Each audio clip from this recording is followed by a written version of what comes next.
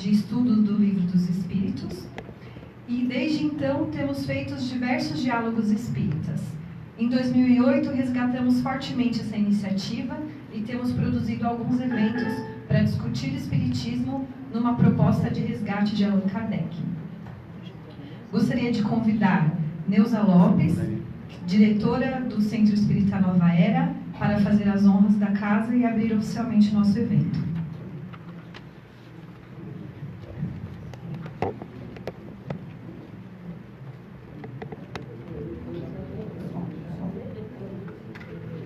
Bom dia a todos. Bom dia. O microfone aqui é maravilha.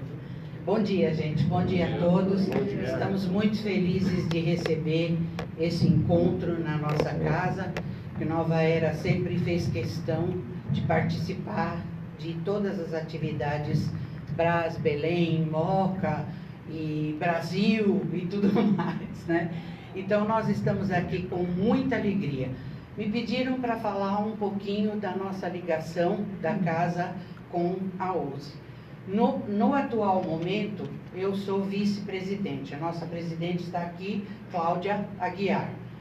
E a nossa ligação aqui com a USE, com todo esse trabalho, vem de longa data, né? Porque a nossa ligação, principalmente com o Barroso, é muito grande. Sempre foi muito grande. Porque nós tivemos uma juventude no século passado, que se chamou UGELAN, e que unia os centros Brás e Belém e Moca, toda essa turma. Então, um grande batalhador dessa união foi o Éden Dutra Nascimento, que foi fundador e presidente séculos e séculos do Barroso, né? Então, a gente sempre teve essa união, esse contato com todo o pessoal. Então, nós estamos aqui felizes de poder participar de tudo isso, de mais um evento, e vamos caminhar, né? Cada vez mais para o progresso, para o aprendizado, para a união. O que falta muito no espírita é isso. União, convivência com as outras casas, com as outras entidades e tudo mais. Está faltando ainda isso para nós, né? Mas esperemos que daqui para frente os mais jovens também sintam isso. Porque nós, a cabeça quer, mas o corpo não obedece. Então, nós estamos começando a pendurar a chuteira. Mas espero que os mais novos continuem com esse amor, com esse trabalho, com essa união, que é o que falta ainda para o espírito.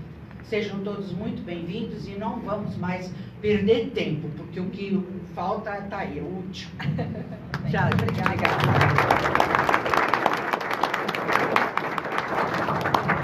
Neuza, muito obrigada.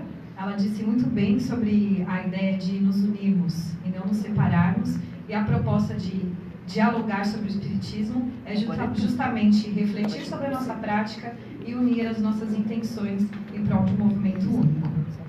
Eu vou apresentar um pouco de como funcionará a dinâmica do evento agora. Será um diálogo, então os palestrantes comporão a mesa, que será intermediada por outras duas pessoas. A ideia é que a gente interaja o máximo possível com eles através das perguntas da plateia também e de algumas perguntas que nós já elaboramos.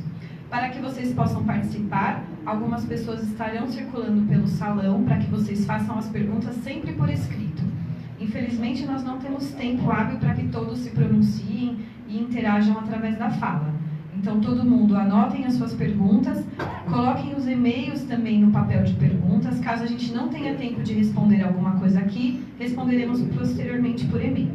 Porque à medida que a discussão for ocorrendo, a gente vai entender se as perguntas cabem dentro das discussões propostas ou se teremos que respondê-las num outro dia, após o evento, tudo bem? Apresentaremos também alguns vídeos durante essa interação com os palestrantes. São vídeos produzidos de outros eventos que ocorreram previamente, também dentro dessa discussão que traremos no dia de hoje, de resgate do espiritismo dentro da proposta de Allan Kardec.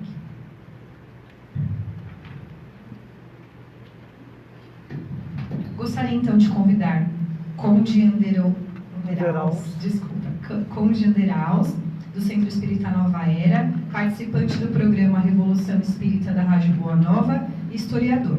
O Conde vai fazer a apresentação dos nossos palestrantes. Esse evento aqui, eu acho importante, porque esse evento traz pessoas de várias localidades, e as pessoas têm de entender que o Espiritismo é dinâmico, e nós temos de ser dinâmicos. Nós temos de nos aproximarmos, verificar a fomentação de ideias que estão ocorrendo, e, sobretudo, perceber que se o Espiritismo surgiu no século XIX, nós já estamos no século XXI, e ele permanece atual. E o que vai fazer? Por que ele está tão atual? Então nós trazemos hoje 3 pessoas que fazem parte do movimento espírita, com opiniões semelhantes e também opiniões discordantes. Porque o espiritismo é algo para ser compreendido, não dá para você falar o que é o espiritismo. É uma pergunta que está sendo respondida durante séculos, que já estamos no 3º século da existência do espiritismo. E ele ainda está sendo desvendado. O início, a base. E aqui presente nós temos o nosso companheiro venezuelano, João Aspúria, que fiquei sabendo que é psicólogo, né? Então as pessoas podem falar, meu Deus do céu, será se hoje ele vai estar de olho em mim? Mas na realidade, o que eu fiquei muito contente de saber do Aspúria, porque cada um aqui, raramente a pessoa é de berço espírita. É o caso do Aspúria, também não é de berço espírita. Saiu de uma posição marxista, poderia até dizer radical, e de repente ele se encontrou no espiritismo, na compreensão do espiritismo. Porque o espiritismo talvez ele tem um tom libertário que as outras doutrinas prendem o indivíduo e essa liberta, porque ela dá uma amplitude muito maior. Então, por favor, João, apresente-se e coloque-se no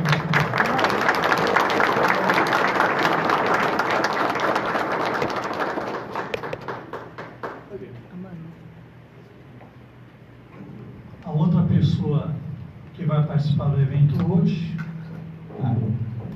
esse daqui é uma exceção, né? Vai desmentir a regra, que ele nasceu em berço espírita. Só que é um questionador, porque se não fosse um questionador, ficaria preso lá no mundinho onde ele vivia, mas os pais dele já eram agitados e ele é mais agitado ainda, apesar, né, das pessoas falarem, não é possível que você é agitado, porque o espiritismo é dinâmico. A gente acredita que está entrando numa igreja, numa doutrina fechada. Não é uma doutrina fechada. É uma doutrina que pede agilidade, dinamismo, compreensão. Ele se adapta aos séculos vindouros, porque não é uma doutrina fechada em si. Ela não foi feita para uma determinada época. Ela foi feita para a compreensão do espírito. E o espírito por si só é imortal. Isso só já bastaria para definir o espiritismo. Então estamos aqui com Paulo Henrique de Figueiredo, né, com as pessoas que imaginaram que um ator radialista, né, pelo programa Revolução Espírita, e também já trabalhou como editora de divulgação do espiritismo. Tem 2 obras dele que, se depois as pessoas quiserem, como também tem lá em frente, os livros dele à venda, vocês podem pegar, fazer eles assinar, levar para os colegas, fazer o pessoal trabalhar, fazer gastar caneta importada. E por último, o nosso companheiro que já esteve aqui na casa várias vezes, o Wilson Garcia.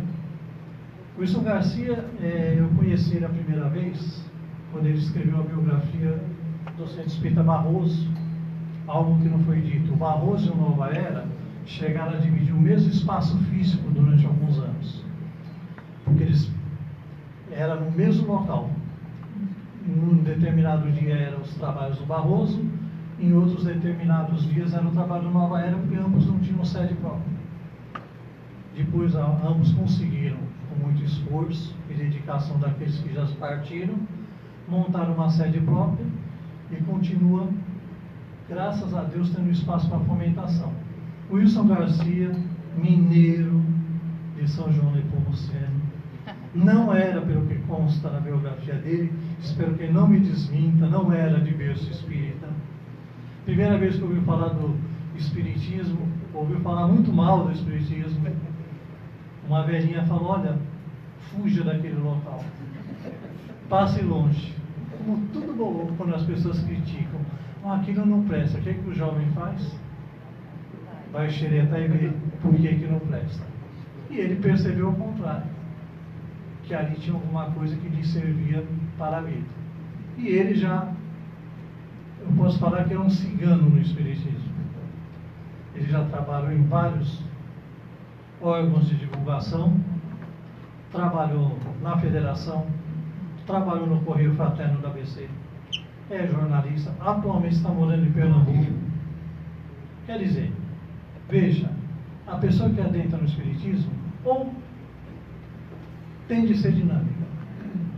Tem de ser dinâmica. Por favor, Wilson.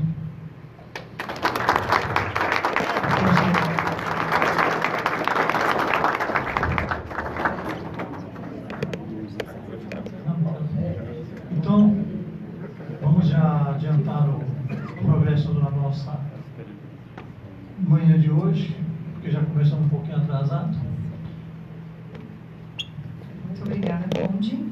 Convido também a compor a mesa as condutoras dessa conversa: Cláudia Aguiar, médica, diretora do Centro Espírita Nova Era.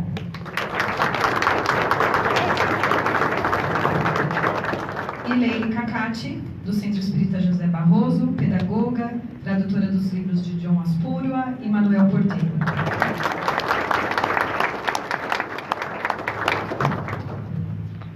Consideramos aberto oficialmente Diálogos do Espiritismo. Tenham uma ótima manhã e um bom proveito.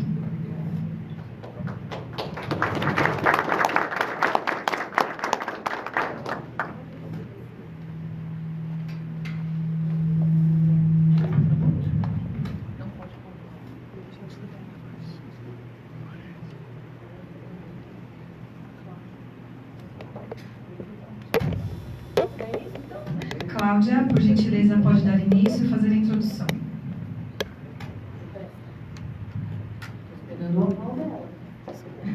Bom dia para quem eu não cumprimentei pessoalmente.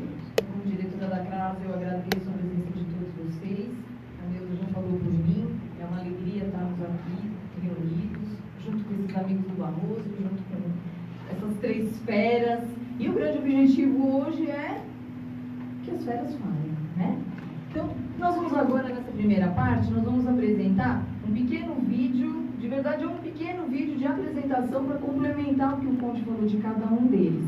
Tá? Então, nós vamos assistir, são 3 vídeos separados, e depois eles vão poder falar um pouquinho disso aqui. Vamos lá?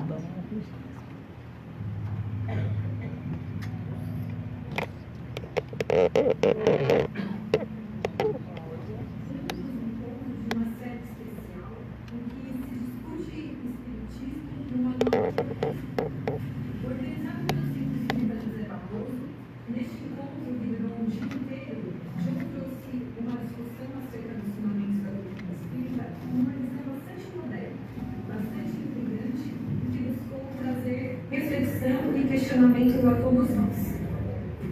Neste primeiro bloco, trazemos uma síntese daquilo que John propõe a respeito da interpretação e do entendimento do espiritismo.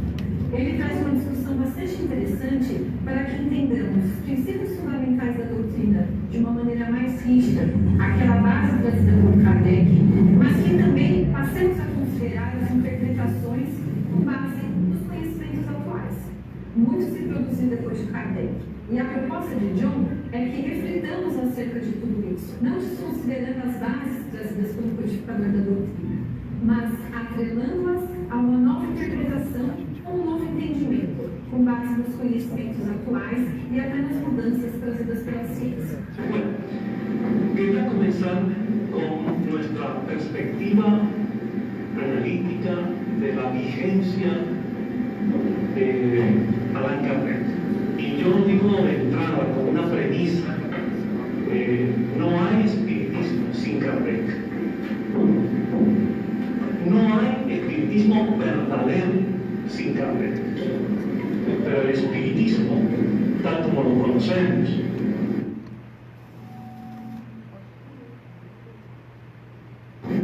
Sin brújulas, sin bússola. De modo que hay que ratificar la vigencia de Kardec. Hay que colocarlo pedagógicamente como la base del edificio espírita. Pero hay que comprender que es un edificio que no tiene un límite, no tiene un penthouse. Es un edificio que se construye a lo largo del proceso de la civilización. Esta colocación indiscutible de nuestra referencia a la vigencia de Kardec no debe ser confundida con una visión acrítica según la cual le damos a la obra de Kardec o al pensamiento de Kardec un sentido de infalibilidad. No hay autor infalible, llámese como se llame, cualquiera sea la magnitud de su obra, no hay autor infalible, ni encarnado ni desencarnado, porque los desencarnados, las almas de los seres fallecidos, también poseen distintos niveles evolutivos. Solo hay que mirar en el libro de los espíritus, repasar la escala espírita, para comprender que el propio Kardec se observó que los espíritus desencarnados no eran ángeles ni demonios, eran seres humanos sin cuerpo físico, dentro de la escala evolutiva.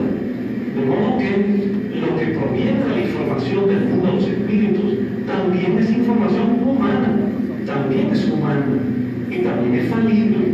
Si no partimos de este concepto, caemos, incurrimos en los engaños tradicionales que se producen por la vía mediúnica.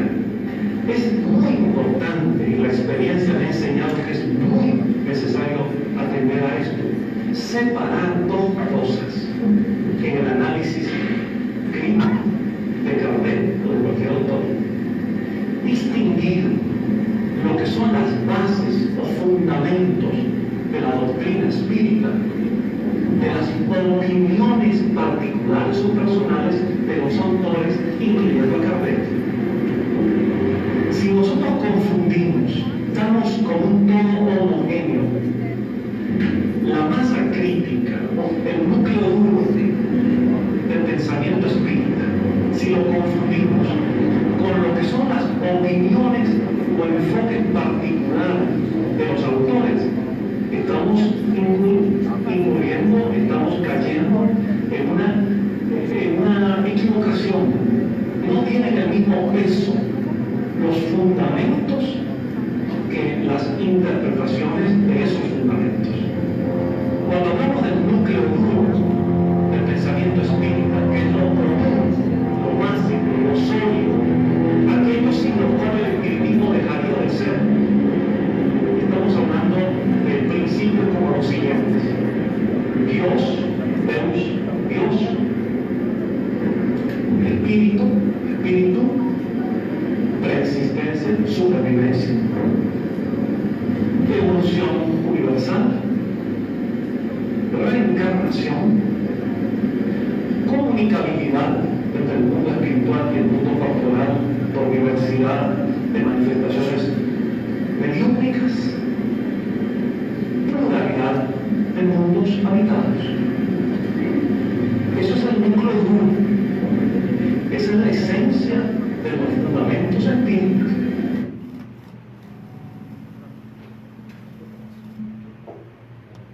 Nós vamos chamar agora o João para falar um pouquinho dele próprio. Antes disso, nós esquecemos de dar um recado. Nós estamos ao vivo no Facebook do Nova Era Belenzinho. Então, se tiver depois, vocês vão ter a oportunidade de rever esse vídeo e passar para os colegas, tá? E estamos online neste momento. John, podia falar de você? Agora mesmo? Só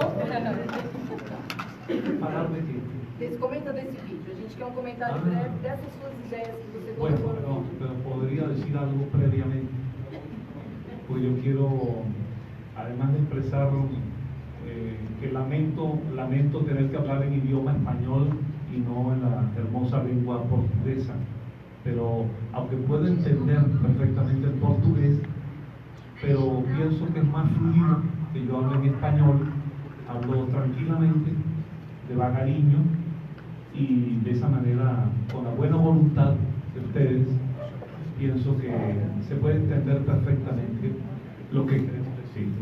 Y lo otro que quería naturalmente agradecer altísimamente a todos a la presidenta, a la directoría de este Centro Espírita Nova Era, que ya conocí, mi amigo Milton Felipelli me estaba recordando que estuvimos aquí en el año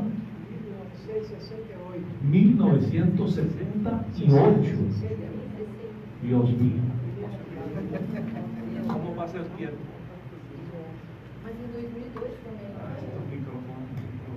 ¿Cómo pasa el tiempo?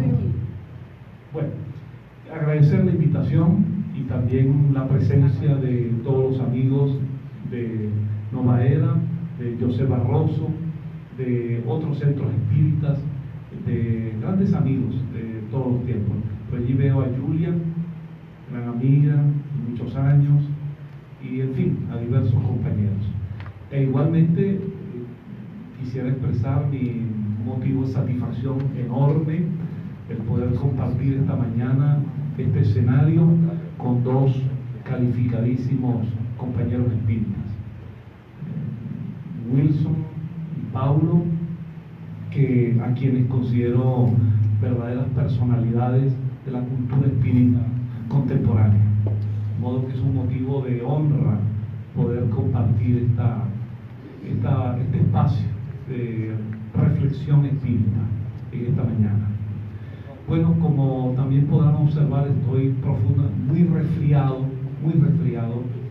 y estos cambios bruscos de clima en San Paulo afectan a un venezolano del trópico y me han terminado por afectar muchísimo la voz y todas esas consecuencias naturales de la gripe. Pero bueno, vamos a hacer con buena voluntad en nuestra parte en este magnífico diálogo.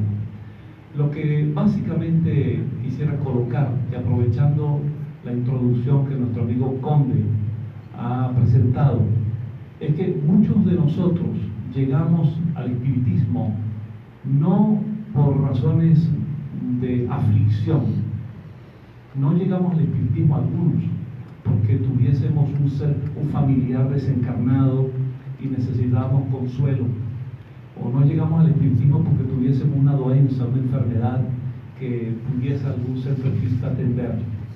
Muchos de nosotros llegamos al espiritismo por una inquietud intelectual, absolutamente cultural. Cuando yo conocí el espiritismo tenía 17 años. Tenía una visión del mundo muy próxima a una concepción materialista y atea, porque desde muy joven me había distanciado de los dogmas católicos, que son los tradicionales de nuestra cultura latinoamericana. Y tuve la fortuna de encontrar una casa espírita con personas inteligentes, abiertas, no sectarias, no dogmáticas, que me facilitaron el acceso a las obras de Kardec y de otros autores, desde una perspectiva no para que yo aceptase una nueva creencia o para formar parte de una secta de personas que lo sabían todo o que tenían el dominio del conocimiento total, sino como una apertura para un lugar en el cual se podía leer, examinar, estudiar, criticar, sobre todo pensar con libertad. Y de ese espiritismo me enamoré. Fue amor a primera vista y fue amor eterno, porque más de 50 años después, ahora somos espíritas cada día con más convicción y cada día con más amor a la doctrina espírita. Pero al mismo tiempo, nuestro amor por el espiritismo nos hace también desear que el espiritismo no quede en las cuatro paredes de un centro espírita, que el espiritismo se refugie en la creencia ciega, en la fe un espiritismo que no esté de acuerdo con la racionalidad, la cultura y los avances del pensamiento y de la civilización. Por eso es nuestro interés ofrecer una contribución modesta para que el espiritismo siempre esté invitando a los espíritas y a los no espíritas a avanzar en el conocimiento, en la cultura.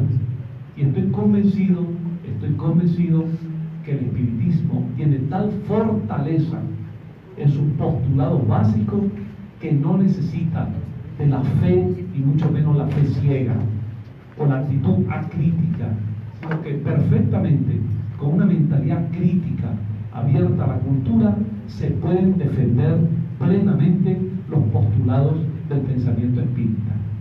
Entonces, concluyo esta parte diciendo que lo que pretendo hoy colocar junto con Wilson y Paulo es alguna idea acerca de cómo atender a los desafíos del siglo XXI desde una perspectiva espírita, pero no fanática, espírita, pero abierta a la cultura, espírita que no tiene que temer a ser presentada la doctrina en cualquier escenario cultural, académico, científico en el mundo. Esa es nuestra posibilidad o nuestra visión, un espiritismo abierto perfectamente a los desafíos de la cultura contemporánea.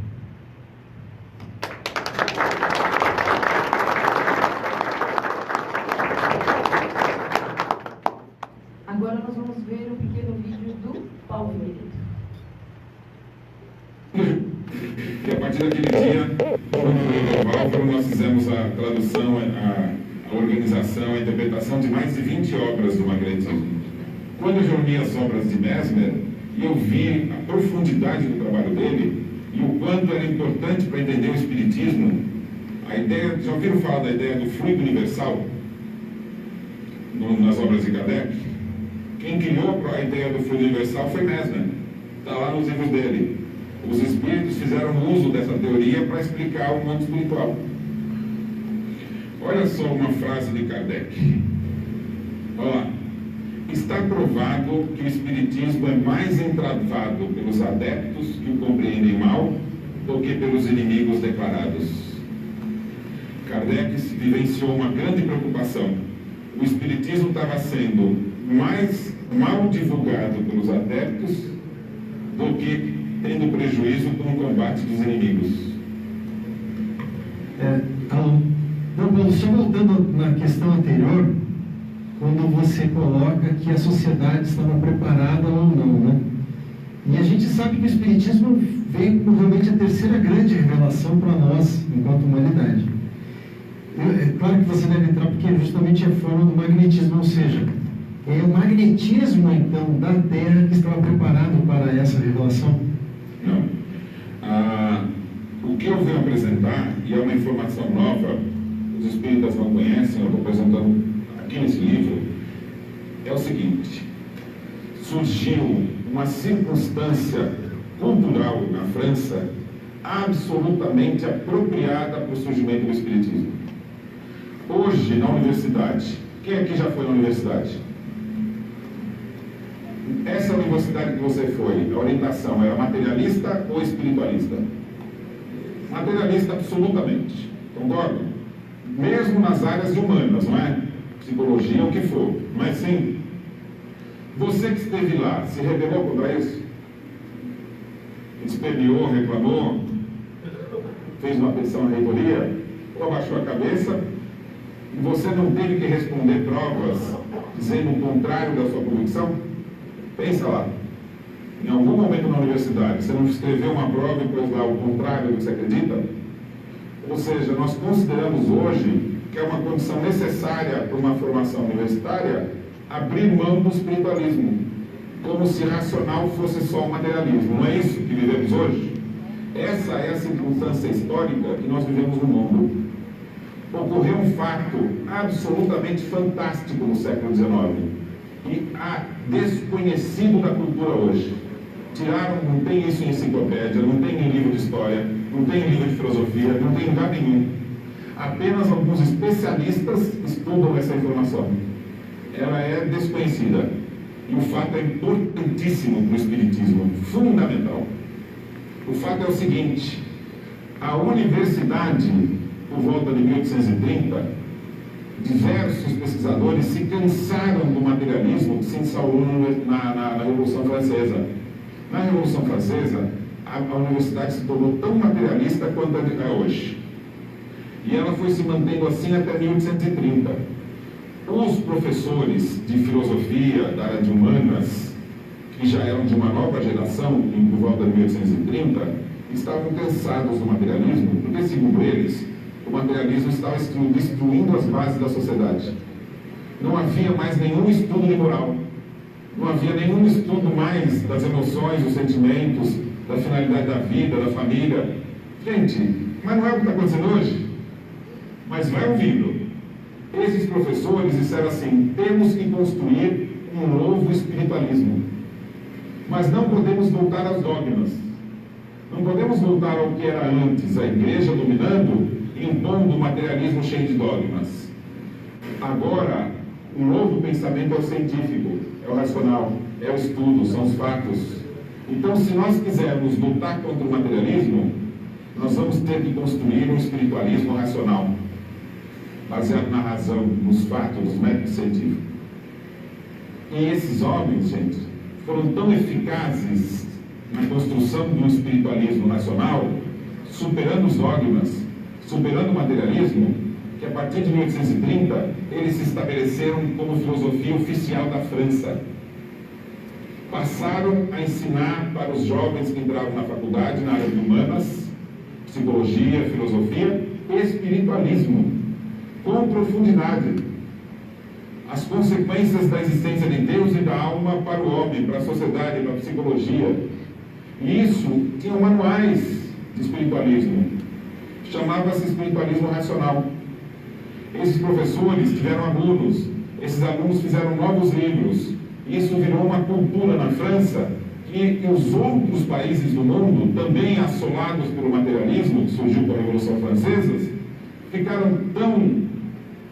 acharam tão extraordinária essa iniciativa que o espiritualismo racional foi adotado nos outros países também, inclusive no Brasil. Nós temos manuais de espiritualismo racional que foram adotados na escola e na universidade brasileira. Alguém sabia disso?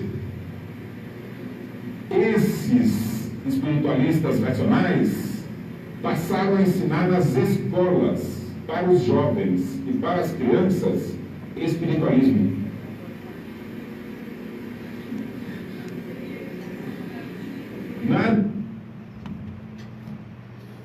Eu vou passar agora o telefone para o Paulo, e devido ao nosso horário eu vou deixar, e não é em espanhol, o Paulo vai ter uma tarefa assim, super difícil de falar do trabalho dele em 2 minutos.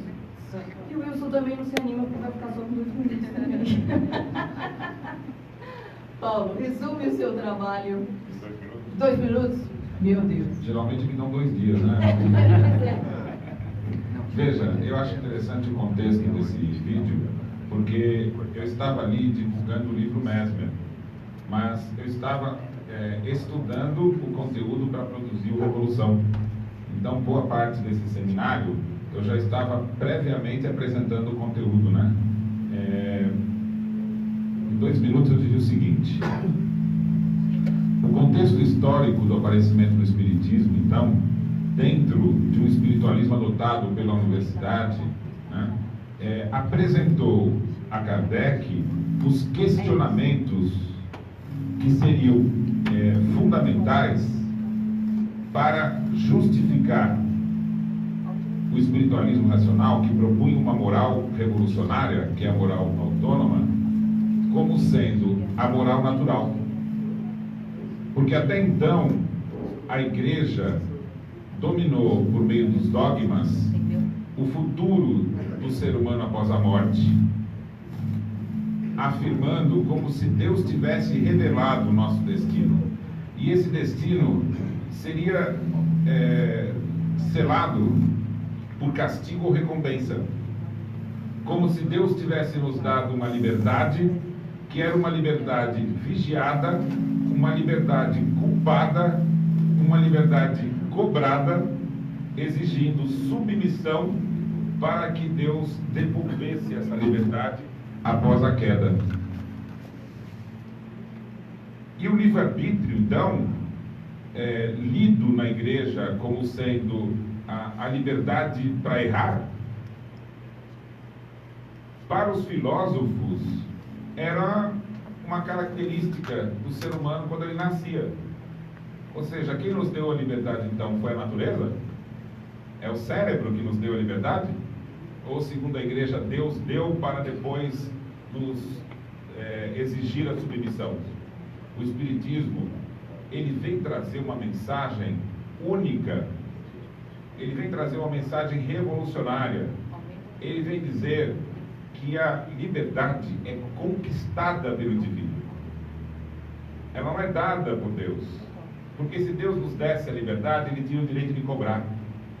Mas como a liberdade é uma conquista de cada um de nós, e ela só é conquistada depois que você desenvolveu o raciocínio para poder compreendê-la, ela é um dom adquirido. Ela é uma capacidade, uma faculdade desenvolvida por nós mesmos. E aí, quando conscientes disso, nós nos tornamos 100% responsáveis por essa conquista.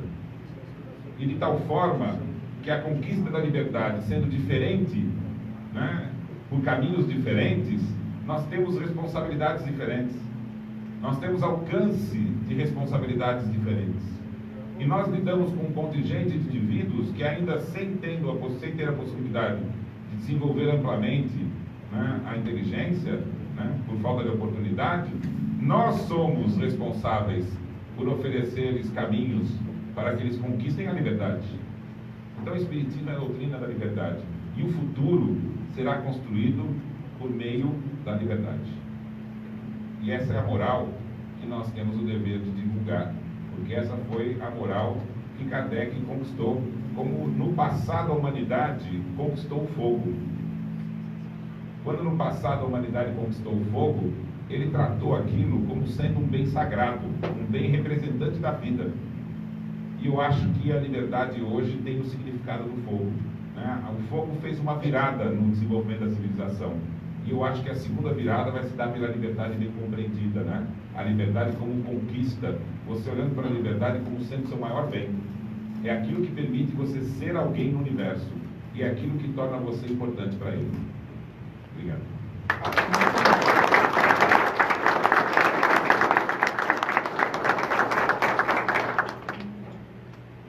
Agora vamos assistir o Wilson?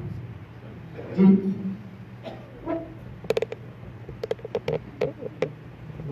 Bem, esse textinho que está aqui é um textinho provocativo. Esse escritor Inácio Morgado é da Universidade de Barcelona. Mas ele tem algo que nós podemos extrair. Tenho certeza que, se perguntar para todos nós aqui o que acha desse texto, vai dizer que ele está incompleto, né? Que falta aí o espírito, né? Porém, ele, de alguma maneira, nos serve para os fins que nós desejamos. Então, o assunto nosso, de fato, é esse. Razão espírita. O ícone desafia a realidade. O que é que nos preocupa? Nos preocupa a imagem. Mas que imagem? A imagem do Espiritismo. E aqui está nomeada por ícone. Okay? Mas nos preocupa essa imagem em função da necessidade da observação da razão espírita. O que nós pretendemos? Nós pretendemos dar uma passada ligeira por alguns aspectos elementares. E desde já peço desculpa a vocês, para chegarmos no ponto que interessa. Mas eu não vou negar que eu estou usando um pouco da esperteza da razão. Por quê? Porque, no final das contas, eu vou vender meu peixe e vocês vão ver. Olha, então, eu pensei no seguinte: Humberto Eco, que eu acredito que grande parte de nós conhece, é um dos intelectuais mais destacados da academia italiana. Nós também, com obras hoje no mundo inteiro. E ele tem um textinho interessante chamado Mundo dos Signos. Ele criou uma história para mostrar como nós vivemos num mundo mediado pelos signos. Ou seja, ele fez com que um italiano viajasse para Paris. Um italiano vizinho, não é? Dali, Itália, Paris, é França. E um italiano que não conhecia francês. Mas isso não vai atrapalhar em nada quando você tem a verdinha no corpo. Não é? Que é a melhor linguagem que todo mundo conhece. Bem, aí esse italiano, num dado momento, tem necessidade de procurar um médico, porque sente um mal. E aí começa, então, a trajetória dele. Ele precisa saber onde localizar o médico. Ele precisa marcar a consulta. Ele precisa dizer para o médico o que ele está sentindo. O médico precisa de abrir no hospital. Boa história para você, não, senhor? Muito bem. Só que ele só fala italiano. O italiano tem os seus signos que não batem com a língua francesa e o livro de Pato. Ok? Muito bem. Com essa história, ele contextualiza e mostra que vivemos num mundo em que as ideias precisam de um intermediário. E nós precisamos dominar esse intermediário, que é o signo, ou o símbolo, a linguagem. E que, de alguma maneira, nós temos que passar a ideia para o outro. Desde que utilizemos um modo de representação que seja comum aos dois. Não é? Ou ele fala italiano e as pessoas compreendem italiano, ou ele se vira para utilizar a linguagem dele, não é? Muito bem. Quando nós estamos falando de signo, nós estamos falando de um olhar semiótico. Ou seja, um olhar para a compreensão e para o diálogo intermediado por linguagens que nada mais são do que representações simbólicas, portanto, signos. Então, vale a pena nós darmos uma passadinha rápida por Peirce. Há dois grandes estudiosos dos signos, e o que mais contribuiu e que está mais presente hoje nos estudos do signo foi Peirce, um norte-americano. E ele, então... Pessoal, na verdade, aí tem mais uma parte que ele coloca sobre imagem. E essa parte, ele tem um vídeo na internet que faz parte desse trabalho. E depois nós vamos passar o link para ver tudo. ele vai consumir a ideia, porque é muito extenso e a pauta é muito boa. Só que não dá tempo da gente colocar tudo aqui. Agradeço a todos, viu? Então... Acho que eu vou dar só 1 minuto e meio.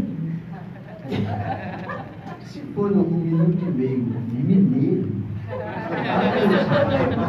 vai ser um problema. Bom dia a todos.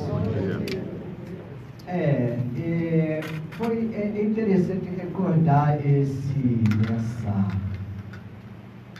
apresentação feita em Porto Alegre, junto aos meus amigos do CECIPA, né? Por quê? Porque nós que fazemos o Espiritismo é que transferimos para a sociedade a ideia do Espiritismo que temos.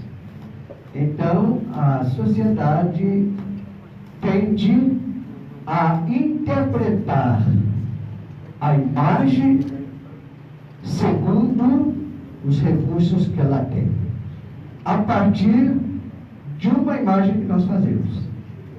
Então, se nós fizermos uma imagem do Espiritismo místico, essa imagem vai ser apropriada de forma geral pela massa da sociedade. Se nós fizermos uma imagem do Espiritismo, acho que estamos falando a mesma língua, né? Por meio de reflexões racionais da razão, nós estaremos conduzindo a sociedade a ver o Espiritismo por essa imagem. Mais do que isso, a interpretá-la. Porque existe uma coisa muito curiosa. Nós não conseguimos dizer alguma coisa sem utilizarmos um intermediário. Ninguém passa a ideia para ninguém se não tiver algum meio para isso. E é isso que nós chamamos de signo. Palavras são signos. São símbolos que em si mesmo não têm nenhuma aderência ao ser humano, mas que passam a representar aquilo que o ser humano pensa e diz. Se você não tiver meios, linguagem para falar as suas ideias, para expor as suas ideias, ninguém conversará contigo, ninguém ouvirá você. Aí você dirá, não, mas o Espiritismo diz que quando você pensa, os Espíritos te veem. Certo? Isso é diferente. Em parte. Porque foge à compreensão. Mesmo quando nós queremos falar com Espíritos, nós falamos por meio de quê? De signos linguísticos, de palavras. Aí você dirá, não, mas a imagem fala mais do que 1000 palavras. Ilusão total. Total. Nós somos iludidos pelos signos. E eles se transformam popularmente em algo diferente daquilo que a razão deveria dar. É como se você passasse debaixo de uma mangueira, de um pé de manga, e caísse uma na sua cabeça, e você soltasse um palavrão para se justificar, e depois seguisse em frente, fosse curar a ferida, sem dizer nada. Você estaria usando a imagem que lhe passaram, porque está concebido que tudo que amadurece, cai. Se o sujeito escorrega, a gente diz, caiu de maduro. Não é? Mas acontece que não é verdade que tudo que amadurece cai. Aliás, tem muita gente que amadureceu e não caiu ainda. A verdade é que há uma força de atração. E ninguém pergunta, por que não ficou lá em cima a manga? Porque se perguntar vai ser dado como louco. Porque está estabelecido que se ela se solta da haste que a sustenta, ela vai cair. Não. Ela só cai porque há uma força que a atrai. Ok? A imagem é a mesma coisa. A imagem só pode ser compreendida através da palavra. É a palavra que explica a imagem. Daí porque não pode haver imagem que valha mais do que 1000 palavras. Não existe, mas isso é do conceito popular, estabelecido e verificável. Bem, então a imagem do Espiritismo, traduzindo aquele pensamento de Leon Denis, não é que diz que o Espiritismo será aquilo que os homens fizerem dele? A imagem do Espiritismo para a sociedade é aquilo que nós espíritas passamos. Se nós passarmos uma imagem estruturada, racional, ela será melhor avaliada. Se nós passarmos uma outra imagem contrária à própria doutrina, ela é que se incumbirá de ser interpretada pela sociedade. Então é essa a função dessa exposição aí. E a partir daqui desse minuto e meio, fico à disposição.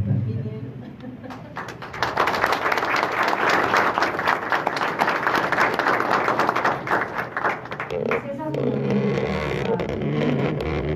dentro do espaço em que vivemos, nós estamos tendo a oportunidade de viver, talvez, um momento ímpar dentro do Espiritismo, pelo fato do surgimento de várias pesquisas, de várias reflexões, de podermos nos debruçar sobre a possibilidade de estudarmos e de refletirmos. E, através do trabalho de vários pesquisadores, de vários estudiosos espíritas. E agora gostaríamos de destacar o trabalho da Simone Privato, que, através da sua pesquisa, do seu profundo senso de descobrimento, acaba nos trazendo à luz a oportunidade de termos a edição da Gênese na sua originalidade. Ou seja, concluiu-se que a edição que todos nós estudamos, que todos nós durante muito tempo folheamos e nos debruçamos em cima, não era a original, né? Resgatou, portanto, Simone a possibilidade de voltarmos às origens, ou seja, Kardec, como afirmou John A. Spurman. Então, vamos agora refletirmos um pouco sobre esse trabalho da Simone, que, convidada pela CEA, a Confederação Espírita Argentina, questionada em cima disso, acaba tendo a oportunidade de lançar o livro O Resgate de Kardec, com o apoio da USP, e, consequentemente, a possibilidade de nós termos posteriormente a edição original de A Gênese. Então, eu proporia ao John que pudesse fazer uma reflexão em cima dessa proposta, dessa pesquisa e a importância desse trabalho para o movimento espírita, de maneira a podermos cada vez mais estarmos inseridos na cultura do nosso tempo. Bien.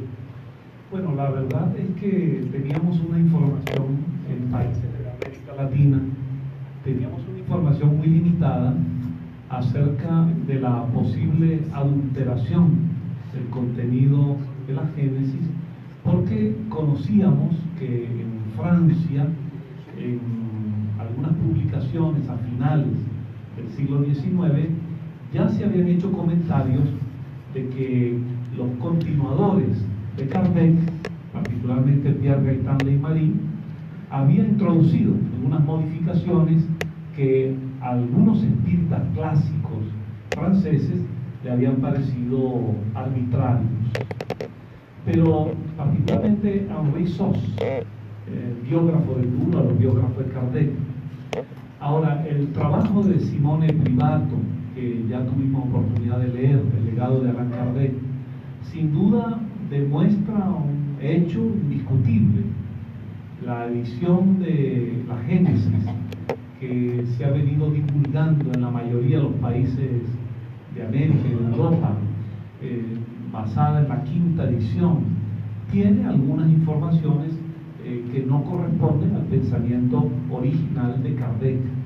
Y por eso no hay ninguna duda en cuanto a la relevancia de esta contribución de Simone Privato para un hecho esencial. Necesitamos los espíritas conocer exactamente qué era lo que Allan Kardec dijo, qué era lo que Allan Kardec escribió. Nadie tiene el derecho de adulterar a ningún autor. Si alguien quisiera discutir a ese autor, está en la posibilidad de escribir un libro discutiendo las tesis de ese autor. De modo que eso ya lo hemos visto en el espiritismo y fuera del espiritismo. En una oportunidad, siendo yo presidente de la CEPA, de la antigua Confederación Espírita Panamericana, me tocó visitar Cuba, la ciudad de La Habana, y allí supimos que el gobierno cubano había editado las obras completas de un antropólogo y jurista cubano de mucha importancia, Fernando Ortiz. Conocíamos de Fernando Ortiz algunos libros, sobre todo relacionados con el espiritismo, porque él era espírita. Ahora, cuando fuimos al lugar en La Habana donde se distribuían estas obras completas de Fernando Ortiz, nos encontramos que cuando le pedimos a la señora que vendía los libros, un libro en particular de Fernando Ortiz, llamado La filosofía penal de los espiritistas, esa señora desconocía que ese libro existía. Cuando insistimos en que el libro existe, finalmente vino un funcionario más alto y nos dijo textualmente que efectivamente ese libro existe, pero que el departamento editorial cubano consideró que ese libro era inconveniente. Yo le expliqué a él, le comenté a él que los editores de libros tienen ciertos privilegios. Por ejemplo, si se quiere editar a un autor, sea el que sea, y se dice que esas son sus obras completas, hay que editarlas completamente. Ahora, si se quiere editar solamente algunos libros de ese autor, para eso existe el recurso editorial de obras escogidas, obras selectas.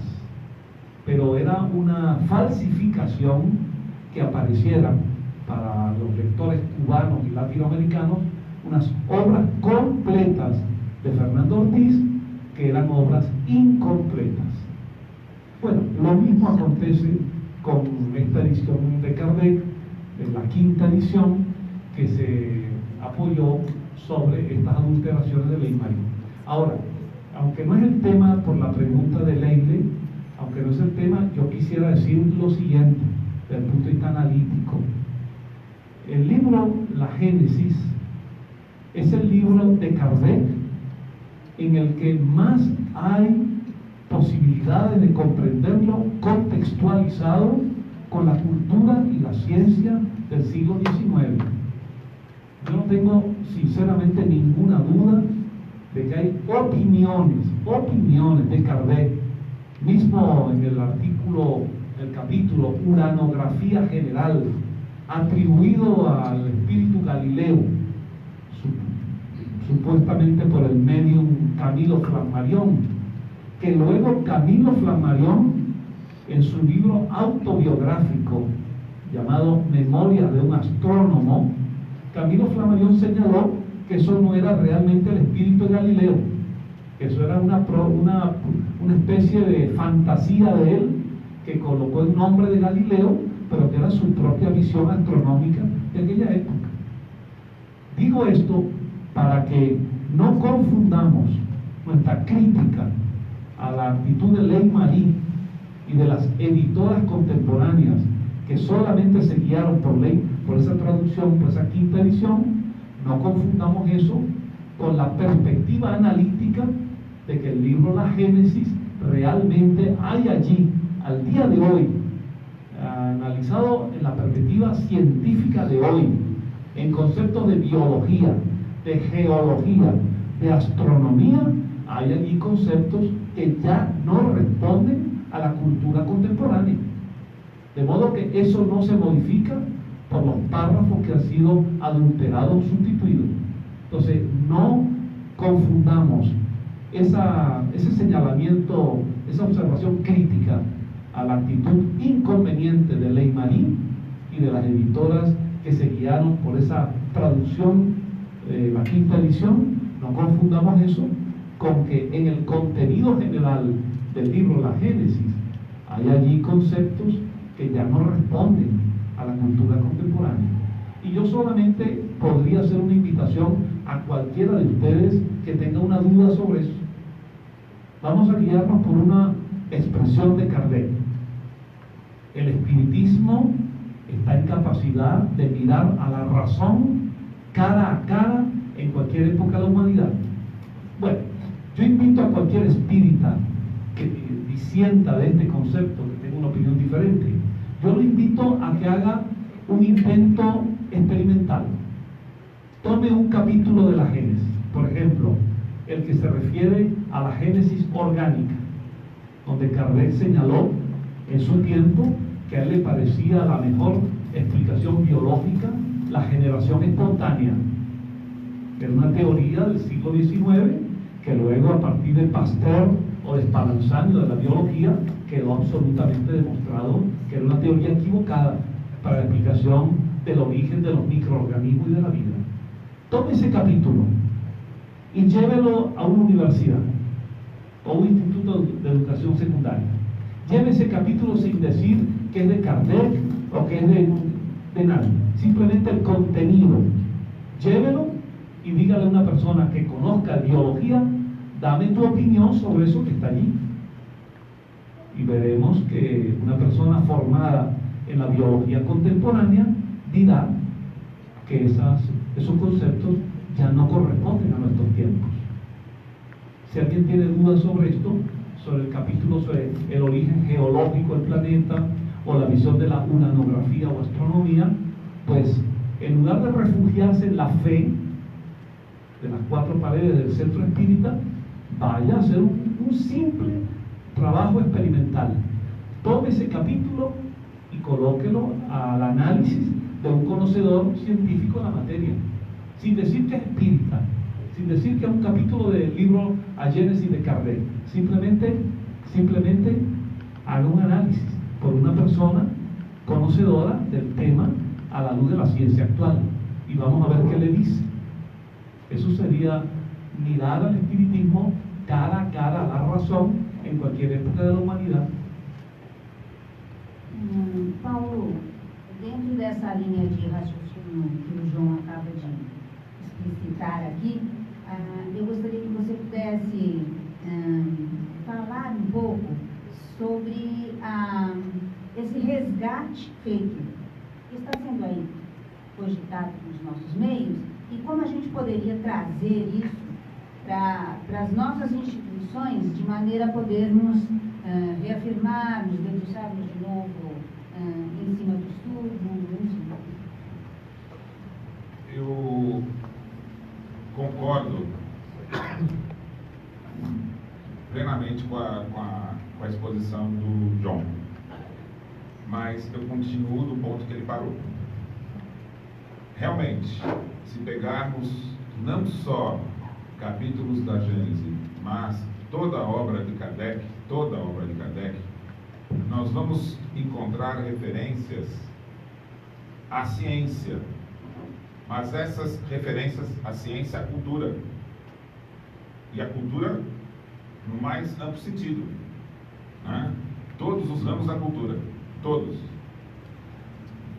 E frente ao conhecimento atual, nós vamos encontrar divergências. Quem pegar a edição que foi publicada pela FEAL, vai encontrar algumas notas que vão fazer referências ao conteúdo de cada capítulo. Há um capítulo, por exemplo, que é um resumo de um livro de ciência e de geologia da época. Não tem nenhuma origem em opinião de espíritos, não é comunicação e nem é texto de Kardec. Ele está informando ao leitor a atualidade da geologia. Então, o que a gente faz diante desse fato? Porque isso é um fato. Você vai ler Kardec e vai encontrar coisas que, frente à ciência de hoje, não fazem sentido algum. O que é que fazemos, então? Então vamos abandonar Kardec?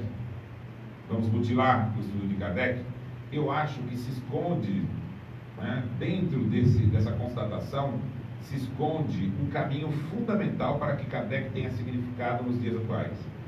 E a questão é a seguinte: não é possível estudar as obras de Kardec como se estivéssemos lendo algo que foi escrito para hoje.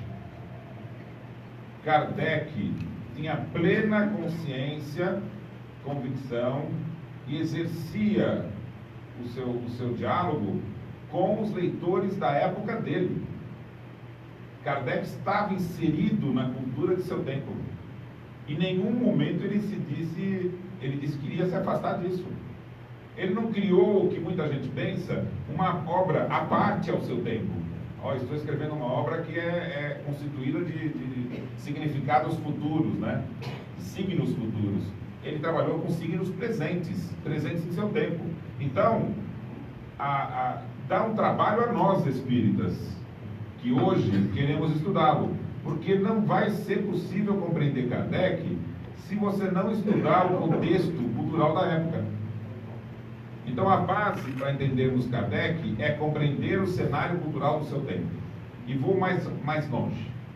Algumas expressões e palavras que hoje a gente imagina que foram criadas por Kardec propriamente para a doutrina, eram palavras que tinham significado naquele tempo, e esses significados se perderam.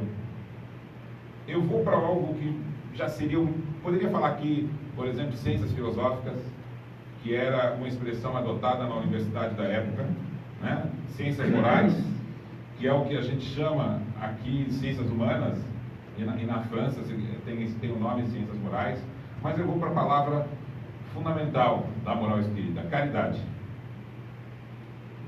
Hoje, caridade, ela tem um sentido muito claro como beneficência. Eu vou fazer caridade. É como se fosse uma qualidade de ato. Eu tenho diversos atos na minha vida, no meu cotidiano. Um deles pode ser o de caridade, que é o me dedicar a uma pessoa. Na época, não era esse o significado de caridade.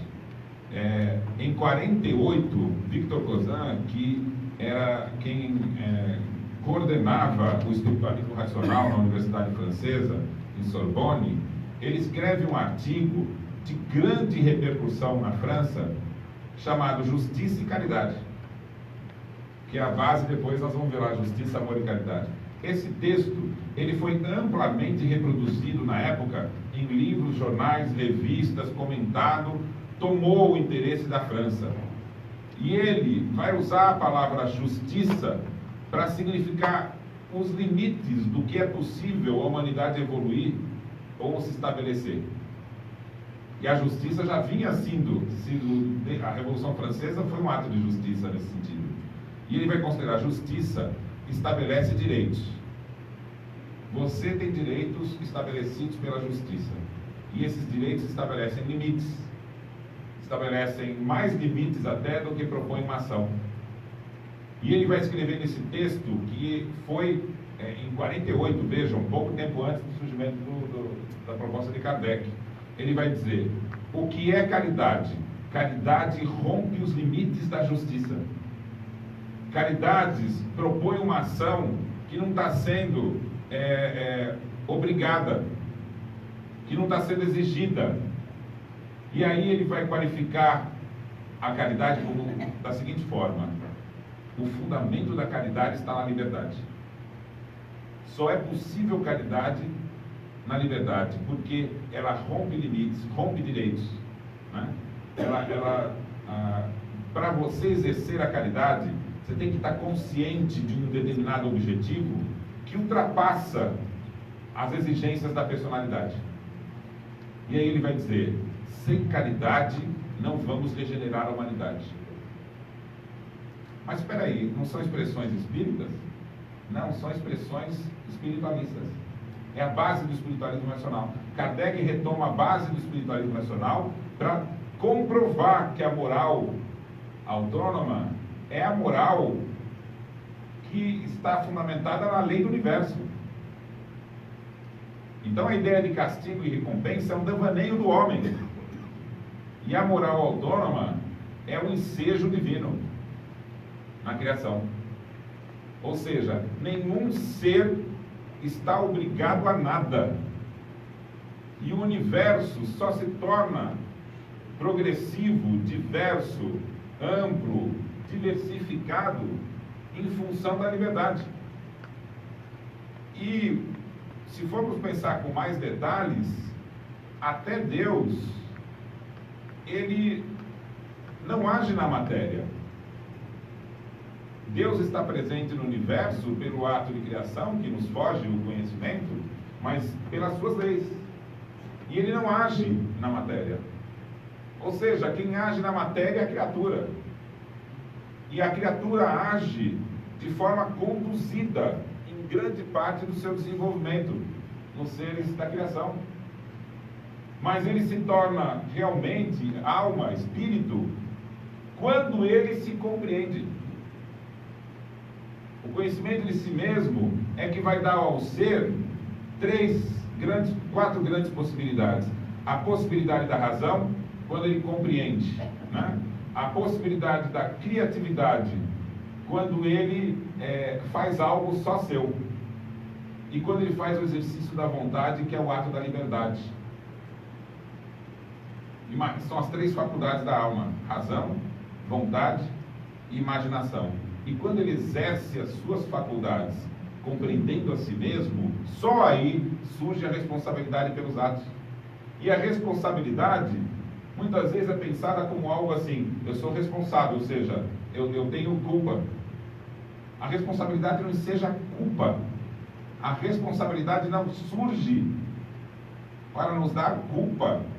Culpa é uma aberração da liberdade. A liberdade existe para cada um de nós que está aqui para gerar oportunidade, não culpa. A liberdade mal utilizada, ela não gera o progresso do ser, mas ela bem utilizada, ela gera oportunidades, ela gera singularidade. Então nós estamos à beira de um novo mundo, um mundo onde ser igual nos prejudica, sermos massa nos mobiliza, e sermos singulares torna-se a justificativa da existência de cada um de nós. Então a singularidade, a diversidade é a expressão do futuro. E se a gente tentar entender Kardec, então, dentro desse contexto, um espiritualismo ensinado nas escolas, uma caridade proposta como sendo instrumento de transformação social, vejam o alcance disso, gente. Era uma pátria que admitiu a caridade como complemento da justiça no ensejo de construir um mundo novo. Percebe a profundidade disso? Isso ensinado nas escolas, debatido, né, nos grandes centros de fomentação da cultura. Quando chega a sociedade nesse tempo, surge o espiritismo.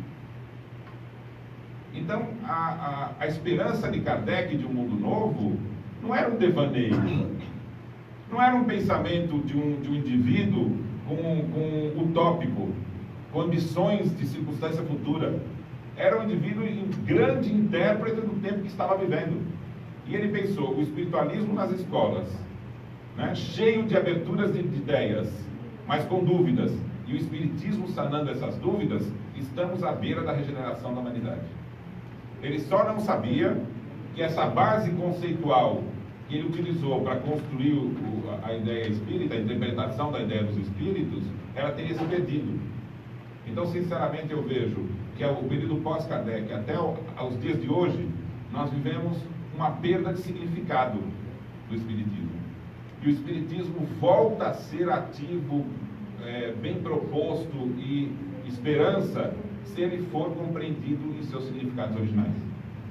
Wilson, esticando um pouco essa mesma linha de pensamento, para nos debruçarmos sobre Kardec nesse exato momento, como é que a gente poderia inseri-lo no nosso tempo cultural e filosófico? Eu vou pegar esse final. Eu vou pegar esse final de Paulo e utilizar alguma coisa do João para passar aquilo que eu venho entendendo a respeito. Em primeiro lugar, a questão da liberdade, colocada por Paulo como de importância superior, eu só acrescento de importância fundamental. E entendo que há uma inversão de valores quando nós utilizamos o argumento da liberdade como se este argumento construído por nós fosse o argumento de Kardec. Um exemplo simples. Herculano tem um trabalho maravilhoso sobre a liberdade. Ele tem um livrinho até, pequeno de bolso, de título Liberdade.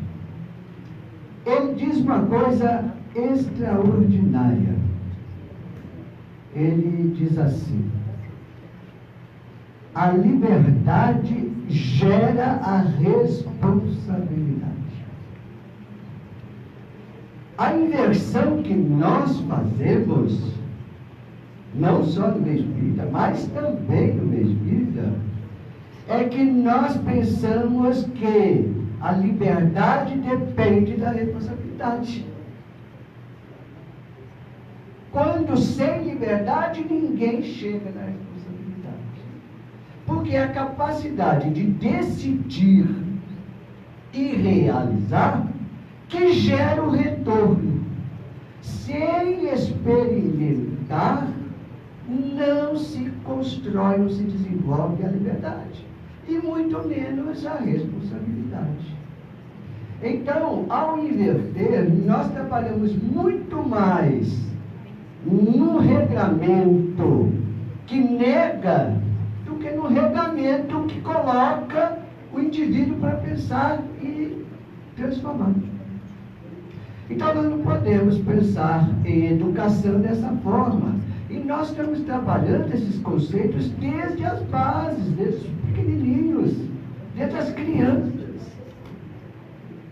Sem deixar de considerar até a questão de toda a linguagem que utilizamos no nosso ato de educar desde a criança.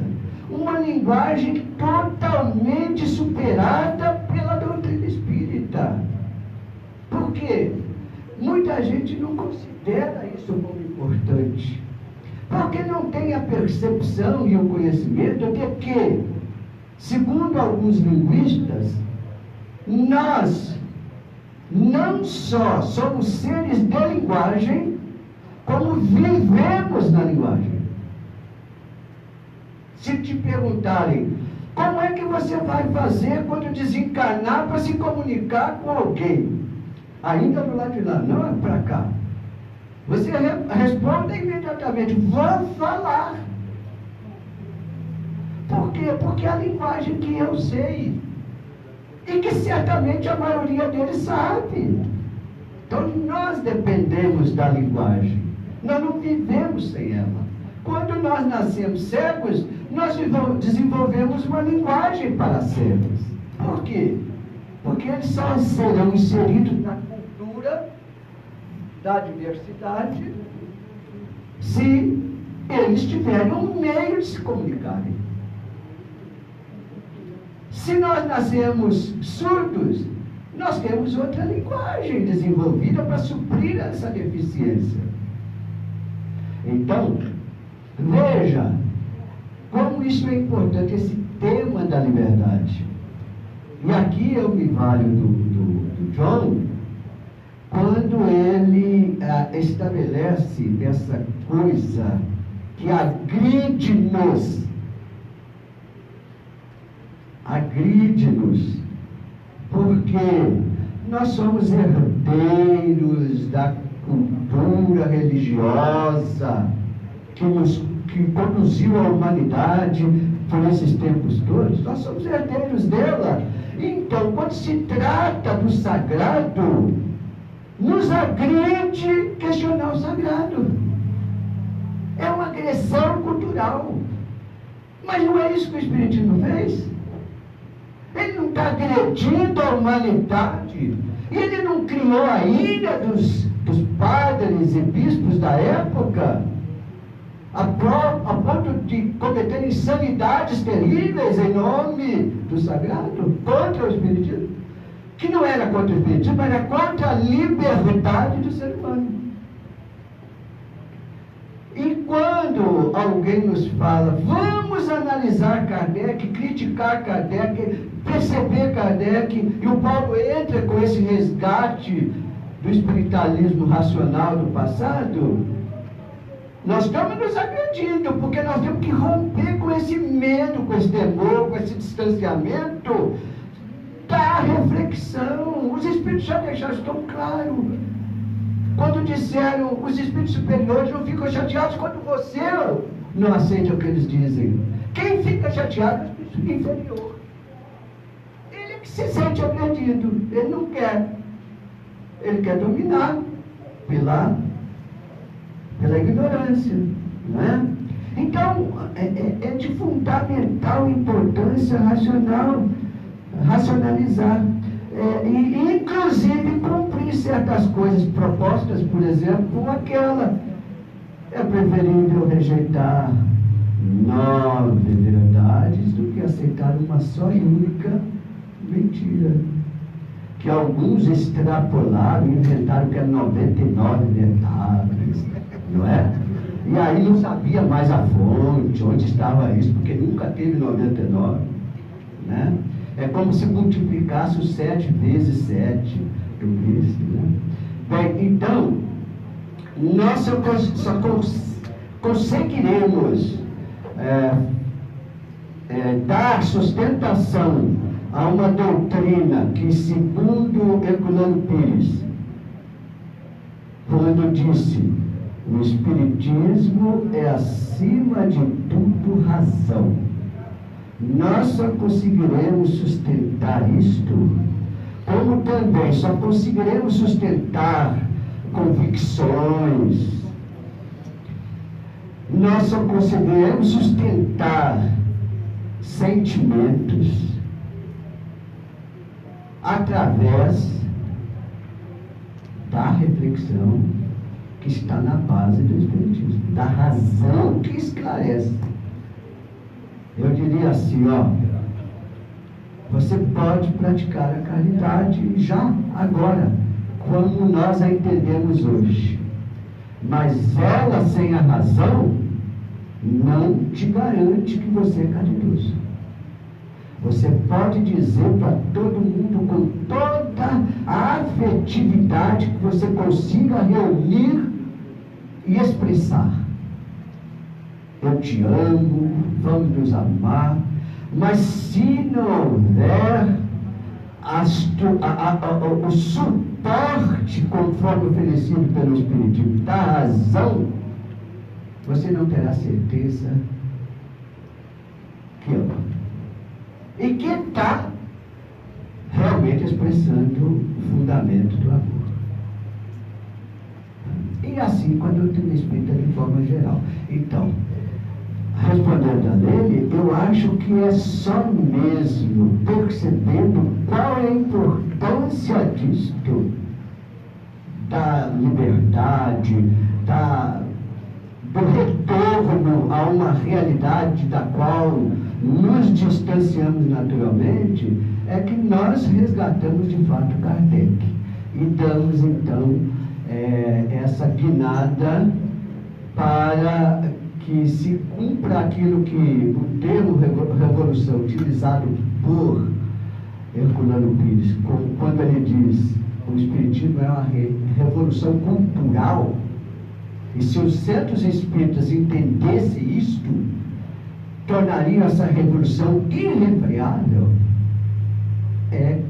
quando nós fazemos isto, é que nós estamos, de fato, restabelecendo e evitando esse caminho paralelo que nos distancia de Kardec.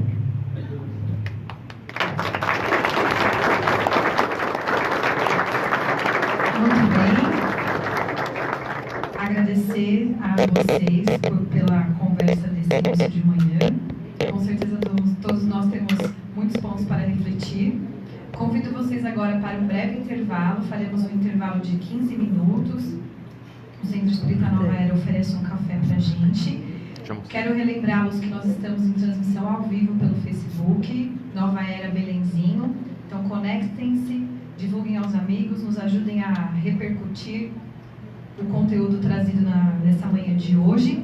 Também estamos vendendo livros dos nossos participantes. Ao final do evento eles poderão autografá-los, então também vocês podem procurar a compra dos livros. E agradecer mais uma vez a presença de todos. Muito obrigada. Pessoal, o café está servido aqui atrás. E a Sônia levanta a mãozinha. A Ângela está com papeleta e caneta para vocês fazerem as perguntas. Não se esqueçam que nas perguntas deixem, por favor, o e-mail embaixo, tá bem? Sigam-se, por favor, e retornem em 15 minutos.